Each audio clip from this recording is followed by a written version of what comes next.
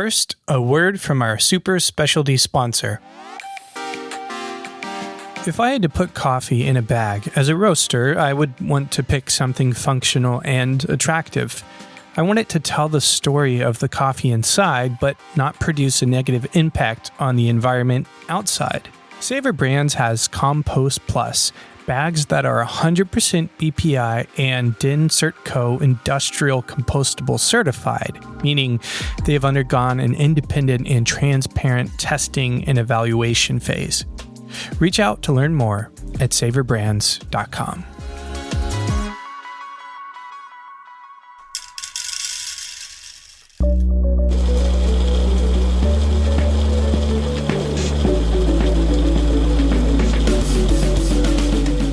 This marks our sixth and final episode in the series. We have worked our way through this supply chain from the hands of the farmer, the exporter, importer, roaster, and designer. In this episode, we speak to Britt Schermerhorn. She works in account management at Metric in Chicago. Britt helps me brew the final discussion, the role of the final hands of this coffee. This coffee we have followed through so many hands. You're listening to the Coffee Podcast. I'm Jesse Hartman, and this is the story of specialty coffee, consumer. We ran into each other at the SCE Expo.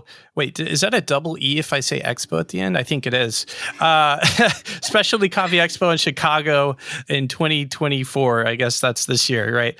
And you were at a booth. Well, where did I first see you? I guess it was at the booth in front of the expo. And anyway, so we ran into each other and we were like, hey, we're going to talk about the supply chain, specifically kind of through the lens of Metric and Metric's partners. And so there you were. And we chatted, we said hi. And I said, hey, I got to have you on the show so we can talk about what you do in this supply chain. And so I'm excited to have you. Thanks for joining. Thank you. I'm very excited. I feel very honored to be here. So thank you for having me.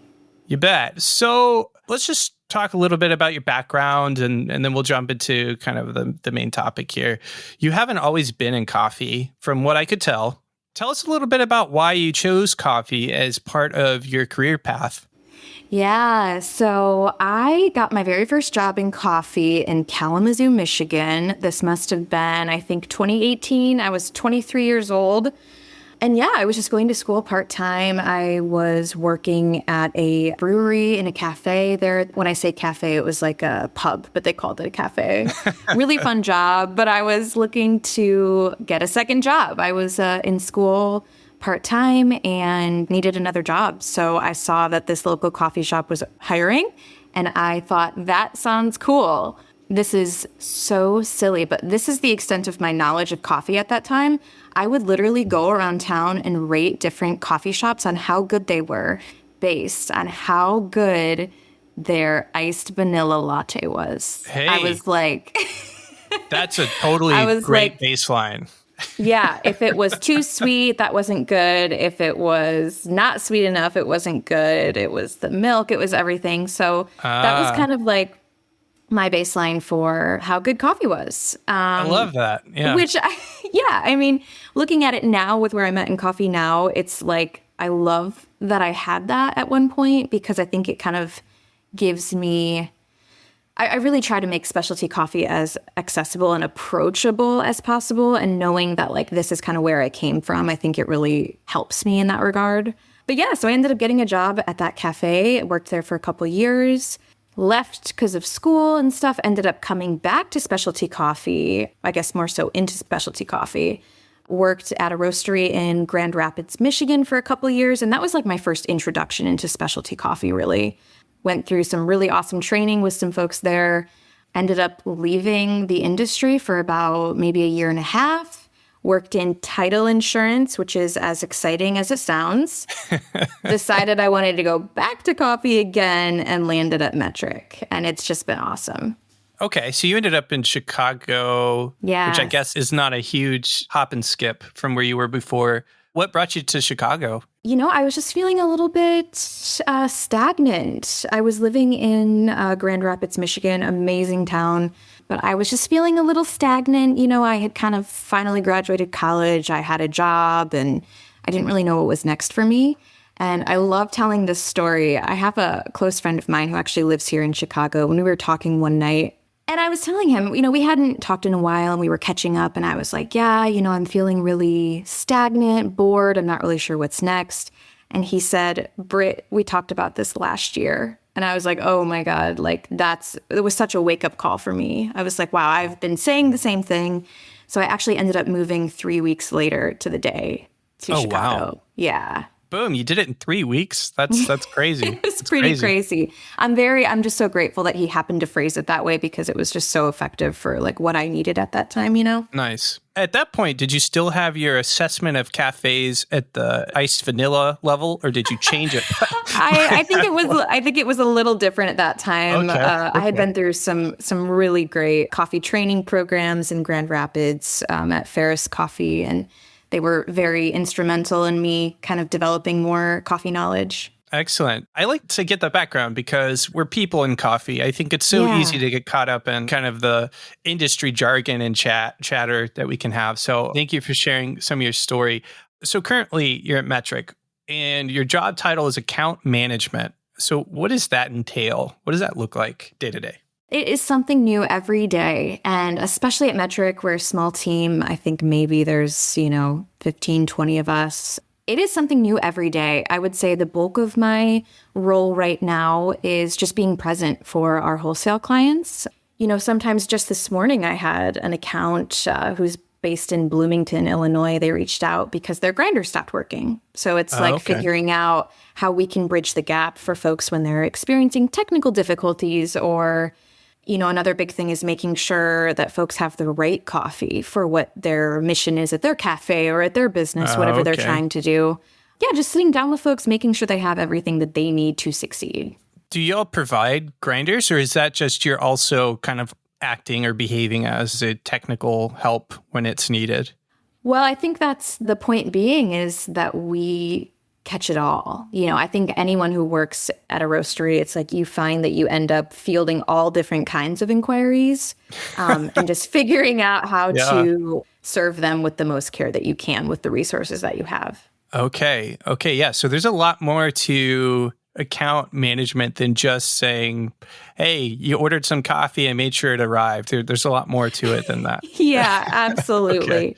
So what does it mean to you to be at let me put this in context. So you are the last person I'm talking to in the series, and I'm kind of treating this conversation as the last point in the chain. It's a bit abstract, right? Because who is really the last person in the chain? You could say it's it's a person drinking the coffee, but that's the context here. So I'm going to ask you, what does it mean to you to be at the end of the coffee chain, so to speak, in this context? Yeah, that's such a great question. There are so many different ways I think you can look at this, but the way that I feel about it is, the coffee goes through so many different steps to get to our door, right? And then it goes through so many steps before it leaves our door. It comes in green, roasted packaging, quality control, and then it gets put into bags, and then it gets put on the shelf before it goes into the cafe. So it's like there are so many different hands that touch this coffee from start to end.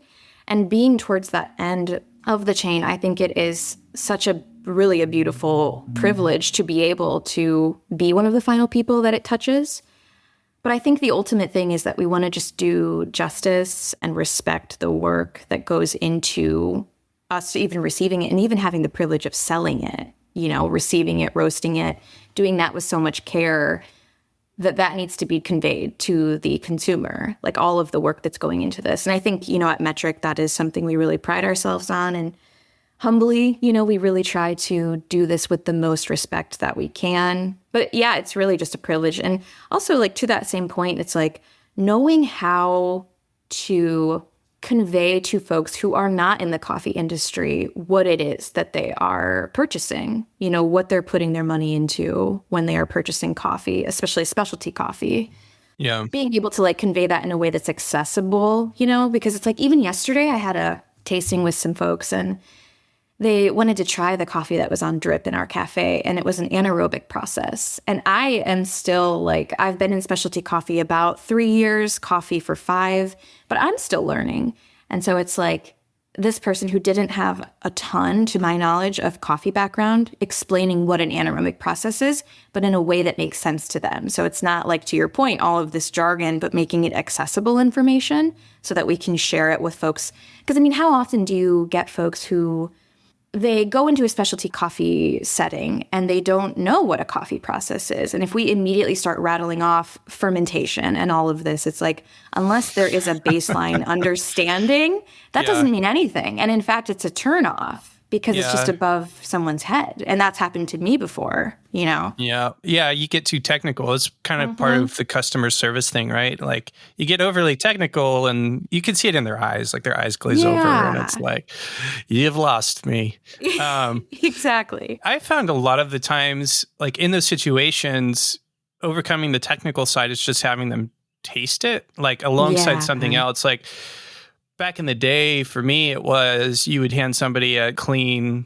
washed coffee of some kind, then you hand them this Boomin natural from Ethiopia, and you would just see them light up like, oh my gosh, like I didn't know coffee could be like that. And so I wonder, like how much of your job is that customer service side? Like I think everything we've talked about so far has like, who's the customer? Like I'm trying to think of the question, who's the customer at the beginning of the chain? Well, I guess the customer is the coffee exporter in a weird way, like the way that the chain works all the way down to you. What is your thought about customer service and where does it fit into, I guess, the larger story of specialty coffee for you? Yeah. You know, I think it all comes down to whatever stage of the supply chain you are referring to. It's like if there is no customer service, meaning, you know, to me, that just means treating people with care and respect and educating. That is so vital for just the sustainability of coffee in general. I mean, if we come to specialty coffee with this air of knowing more than someone else, it's like there's no way for us to spread the word of specialty coffee if we're doing it in a way that is not user-friendly, if that makes sense. Interesting. You know, I don't know what you just said that made me think about this, but it triggered a thought in my mind, which is that a lot of the stuff I see on social media for coffee, it's normally specialty coffee, obviously, is like equipment. So people who have really nice espresso machines or people who have really amazing equipment at home or a really nice coffee station. And that's nice. But also I kind of wonder what the message is for people who don't have access to that kind of gear. What do you think about, to your point, the approachability of specialty coffee in the market across the different channels to finish this last leg of the chain? So what do you think is unique to each of them? So we have wholesale, which I know sounds like your main thing, but I know you're also like involved in the cafe, or I've seen you around pouring coffee for people. So wholesale versus like retail, I guess wholesale, I'm thinking more of like selling to cafes that are grinding coffee. Then there's retail, selling kind of direct to consumer. And we'll just start there. Yeah. Well, they're so unique in their own way. You know, the bulk of my job these days is selling coffee that's going to be resold. So there's something really special to be said about making sure that we are educating the folks who are going to be brewing this coffee to reshare it with other folks. It's like making sure that they have all of the knowledge and the equipment that they need to be able to be successful. That is my job, to make sure that they can be successful. But there's also something so beautiful. I was actually a barista at Metric before I took on this role. And there's something so beautiful about the fact that the barista is the very first person that someone interacts with at your roastery. And I mean, really, what a privilege that is to be the face of the company. I mean, that's really a great privilege. And in that same way, there's something to be said with that about being able to see people when they try your coffee. And because they're right there, if they love it, they'll say something. And to be able to get that direct feedback is really special and not something that I see so much of anymore because I'm a little bit removed from the final consumer of the coffee. Yeah. But yeah, they're each such unique, and, you know, like retail too, like our subscriptions and things like that. Sometimes, you know, when there's production is really busy, I'll hop back there and help fill some bags and like send out some mailers. And it's like to see the same folks purchasing coffee every single month from us. It's just really, again, it's a privilege to be able to see that what we're doing is speaking to them. it's really very special in my opinion. Yeah. So there's this idea of handing off ownership. I think Tim Hill was the first one to kind of say it, and it ended up infused in the rest of the series.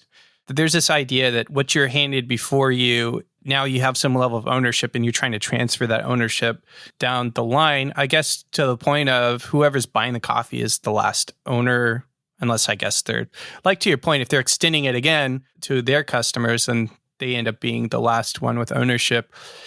You have mentioned education quite a bit, or at least it's come up a few times.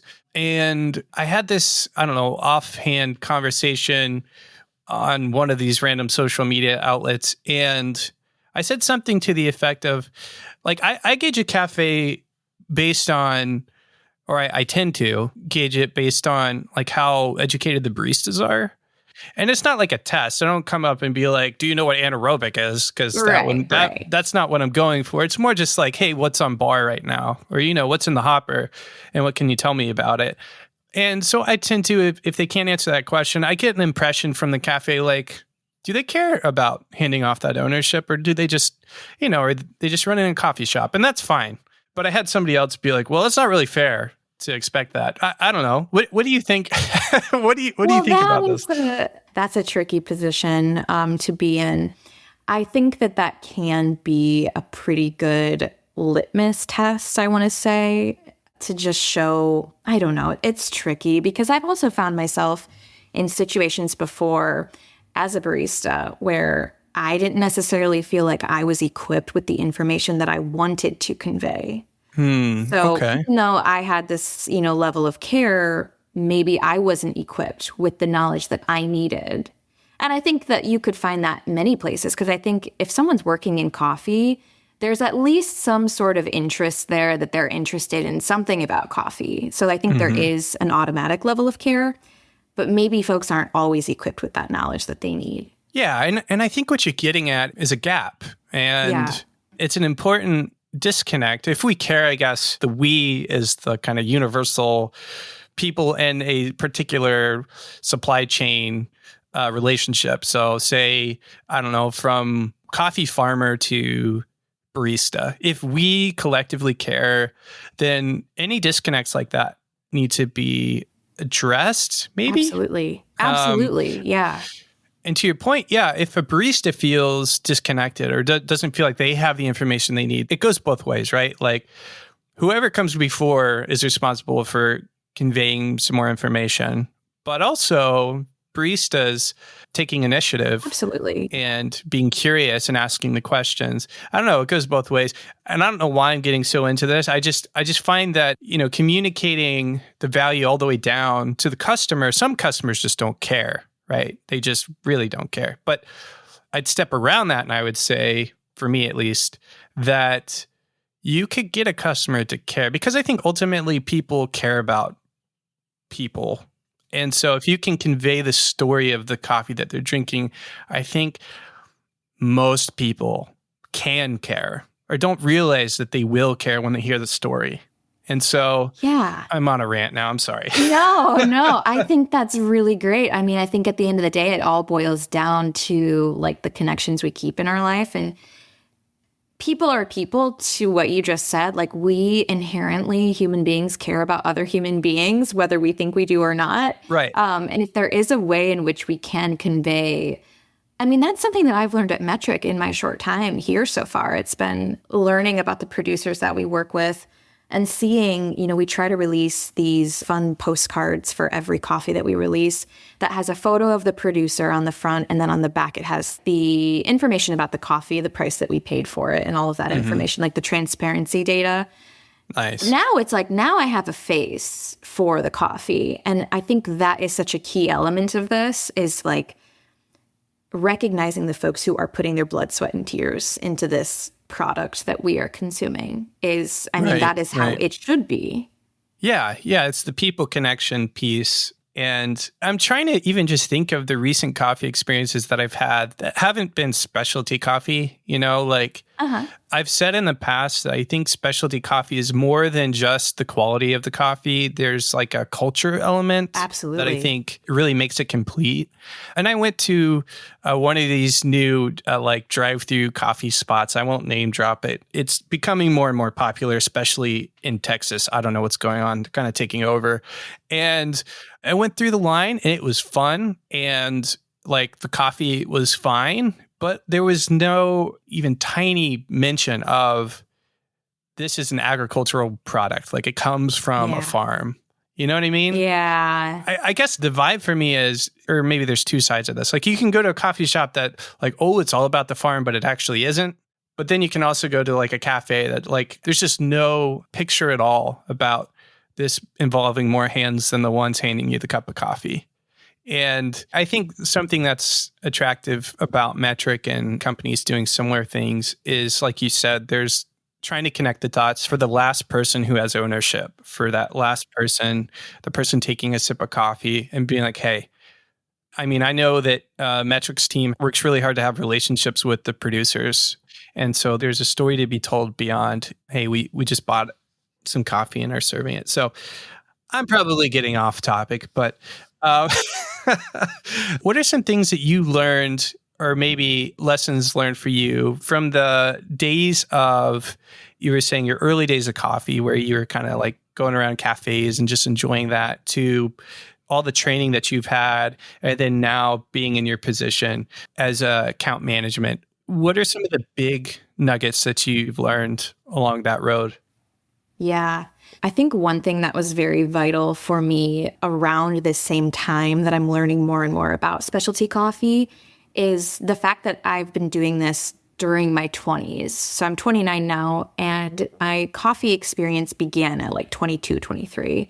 And so along with this, from working in a cafe and serving customers directly, to going through more training with educators, to now being in account management, the biggest lesson I've learned through coffee, I think, is communicating with people and developing better, more fruitful relationships with people. And I think especially working in specialty coffee now and seeing and learning more about the whole supply chain that you were mentioning, like from the time that the coffee is grown and the producers that are making it to the final consumer. To kind of echo what we were talking about before, it's all about the relationships and the connections that we are supporting and enabling. It's just, it really seems to always go back to like learning how to be a more effective communicator. And there's so many different ways that you can do that, right? So if it's like educating someone who comes up to your cafe and orders a macchiato, expecting a caramel macchiato from you know where, and explaining in Where? specialty coffee. Yeah. Educating them in a way that is not looking down on them, but just sharing what we do for a macchiato. That is so vital. I'm really glad you brought this up, because this is the macchiato order at a specialty cafe, I think, is where, So stressful. yeah, it can make or break an experience for a customer. Oh my God, it can. It is like the quintessential question. I mean, that is how you show what you're made of, with that question. Can I get a caramel macchiato? You show what your yourself customer with that. service is made of, right? Because Yeah. people have such an attachment to that drink. I don't know if it's as strong as it used to be. It used to be very strong. Yeah. Like, Yeah. if you even questioned the definition of macchiato other than what you know who does, since that's how we're going to do that, like, you could massively offend that customer and you could lose them forever. And you might even lose them, you know, lose the whole opportunity to talk about more than just the craft side, you know, of coffee. Absolutely. And so, Have you heard, there's this, I read this phrase once that's like, when people are going to donate something, they say they're going to take it to Goodwill. And it's like, if you think about like, Goodwill is a chain. That is like a donation store. It's not that you're going to donate something, you're going to take it to Goodwill. It's the same thing with a macchiato. It's become synonymous with like this idea of something. It's not the actual thing itself. It is like this greater cultural, I don't know, like this cultural understanding of when you ask for a macchiato. If you don't work in specialty coffee, you have an association for what that is. Same with Goodwill. I mean, you might be going to any other donation store, but you're taking it to Goodwill. Oh, I see what you're saying. I see what you're saying. Yeah, so they literally are not going to Goodwill. They may be going anywhere, but it's like it's like the Kleenex thing.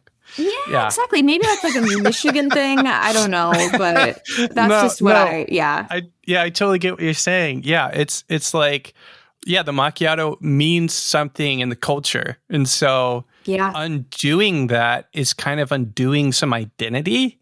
And absolutely, if people associate their identity with their coffee drink, they might feel like you're trying to undo their identity. And that was me with the iced vanilla latte, you know?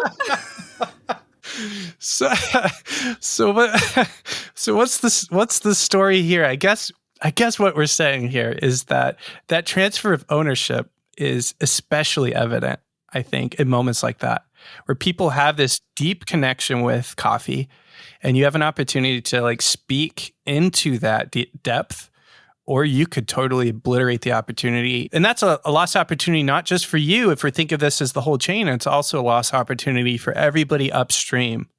So, wow, no pressure, baristas, no pressure. I know. I feel so passionately about this question of macchiato, because it truly is like the quintessential show what you're made of. You know, like, are we going to meet them with compassion and empathy and understanding of like, they're just trying to get their morning coffee? Or are we going to meet it with not the best attitude? And to be fair, I understand that it is very annoying if you are in the middle of a rush to break it down. I get that too. But I think it's our job as folks who work in specialty coffee to meet that with compassion and understanding. Love it. Well, we've reached the end of our time interviewing. So I'd like to ask you sort of this first closing question. What are you working on, and how can our listeners be a part? Yeah, so Metric specifically, we are gearing up to open our second location, which we're very, very excited about. So that should be coming, I believe we're looking at the end of summer for that. So anyone who's in the Chicago area, please, we'd love to share our coffee with you there. I'm really excited about getting in that space. It's really a beautiful, beautiful spot. Nice. Yeah. And I bet you, I don't know who's listening to this particular episode, but if you're visiting Chicago, there's another good opportunity to visit Metric. And Chicago is a great specialty coffee scene as well. So, yes, we're very privileged here in Chicago. It's awesome. Well, thanks for sharing that. Now, this next one's a little bit like it's a choose your own adventure. And I ask you 3 questions. You can answer any one of them that you choose, or any of them that you choose. What is the best piece of advice you've ever received? What is the main takeaway you want our listeners to have from this conversation? And what is the most important thing you have unlearned recently? I am going to answer what is the most important thing you have unlearned recently. I love, love, love this question. For me specifically, over the past, I would say 6 months of being in this role, specifically at Metric, the biggest thing I have learned and unlearned is to be more flexible. I think that this has just like helped me tremendously. Sometimes I find myself, especially in like maybe work settings, sometimes I think I can be a little rigid and I'm expecting things to go always according to plan. And we all know that is not how the world works. And so understanding and learning to be more flexible not only helps you with work, but just so many aspects of life. It's like just, learning how to not be so rigid, be a little bit more flexible. And that leaves you open to so many more possibilities and realities that this might be a little bit abstract, but it just leaves me open to more possibilities, things that I couldn't even really like imagine, because I'm just so affixed to this like specific script that I've written up. Yeah, it's really being at a place like Metric where I've had really limitless opportunity. It really makes me think about being more creative. And I'm just, very lucky to have an opportunity where there are a lot of folks behind me that are just encouraging me. It's really such a special place to be. But yeah, just being more flexible and leaning into like the creative aspect of what can we create together through specialty coffee. Very cool. Well, thank you, Brett, for sharing that. And thanks for joining us to complete the chain and the specialty coffee chain here. Thank you so much for having me.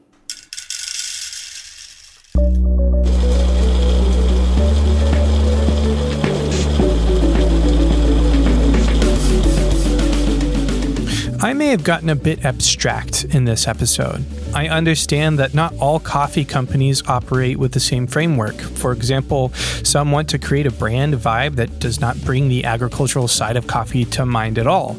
Other brands may only deal in blends where a farmer's story is mixed in with other farmers' beans. If it were up to me, we would make a good effort to bring those earlier hands to the surface of every coffee experience. But whatever that final brew looks like, know that a lot of hands went into making it yours, transferring that ownership one last time. In a world where we are so detached from who our food comes from, take a moment this morning, tomorrow morning, and the next to give a sip of thanks for all the hands. I want to thank all of our special guests in the series for sharing their stories with us. Thank you to Ryan Ingerson for all of his hard work on the series and research and other this and that's. Thank you to Savor Brands for making this series financially possible and for being a great team player during the interviews in Chicago and throughout the whole process. And to you for engaging with the story of specialty coffee. Thanks for tuning in. As always, and until next time, happy brewing.